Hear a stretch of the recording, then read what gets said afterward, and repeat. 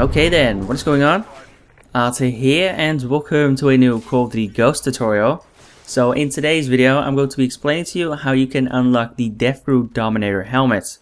Basically a week or so ago I uploaded a video covering how to unlock the Devgru Specialist helmet. In order to unlock that one you had to get a bunch of 4 gun streaks pretty much, so I gave you a claw setup and a couple of tips. And in today's video I'm going to do pretty much the exact same thing. Only in this case we're going to be covering the Devgru Dominator helmets. So this is the helmet I'm talking about at the moment. I personally think that this one looks really cool. The thing is though, I unlocked this one earlier today. I personally hadn't even completed these challenges yet. And I can tell you right off the bat that completing this challenge might become a little bit frustrating. But we'll get to that in a second. Basically, in order to unlock this helmet, you have to complete the No Place to Hide operation.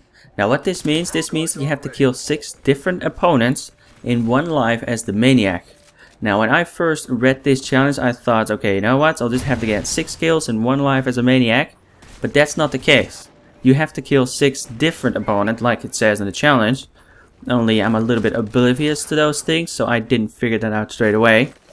But the thing is that I was playing on the Xbox 360, I swapped back to the Xbox 360, I do have an Xbox One. But there are hardly any people playing Call of Duty Ghosts on the Xbox One, so finding a lobby can be a bit challenging. But this basically means that in one life as the maniac, you have to kill each one of your opponents at least once.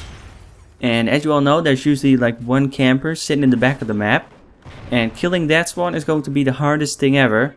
Just because, well, the maniac on its own has quite a lot of health. Every single one of you knows that. But once you charge head first at an opponent, that's when you're simply going to end up dead, because that opponent has to hit you with what, like 20 bullets? And then you're pretty much done for it, like 30. Something along those lines. But it can be a little bit challenging. So I thought that I'd give you the setup that I used in the gameplay you're looking at the moment. The gameplay you're looking at the moment, by the way, is a 32-4 TDM match. This is the game in which I completed this challenge. Lucky enough, it didn't take me too long. I want to say like 2 hours. And then, well, maybe a little bit less, like 1.5 hours. It was a little bit challenging. I managed to get the maniac like a couple of times, but I continuously ended up dead after I managed to get like 4 or 5 kills. Bit of a bummer, but this was the class that I used.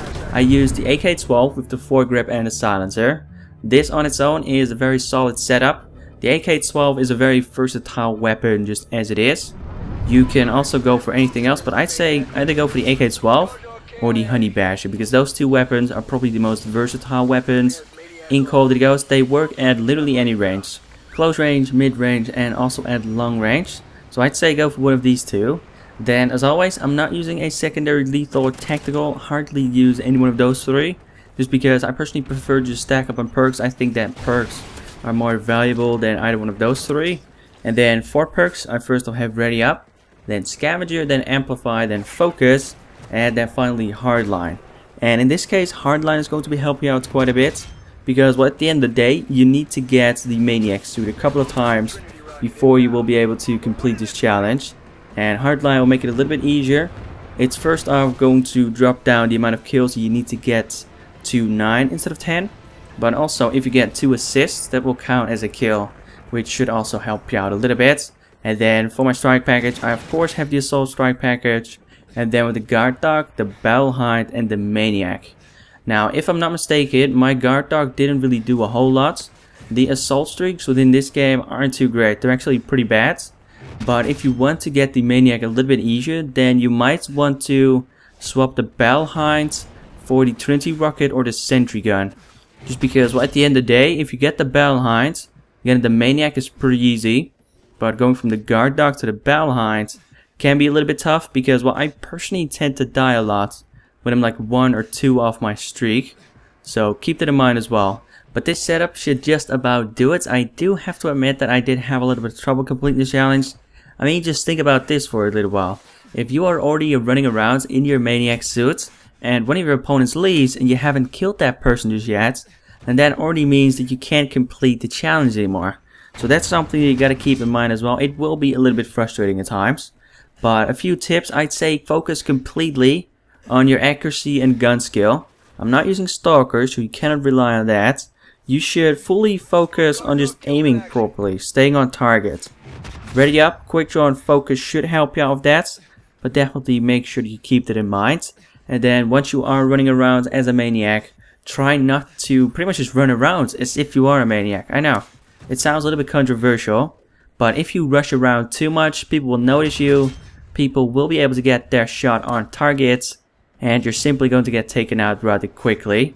So keep that in mind as well. Just take it easy, take it slow. Not everybody's going to get as lucky as I got within this game, because I got like 3 kills or 3 or 4 kills whilst I was already close to death. Anyway, with that being said, that was it for today's video. If you enjoyed the video and would like to see more, be sure to definitely show some support by leaving a like rating. If there's a specific piece of gear that you'd like me to cover next, be sure to leave that one in the comments. And then finally, thank you for watching. Hopefully this will help you out a little bit, and I'll catch you in the next one. Take it easy.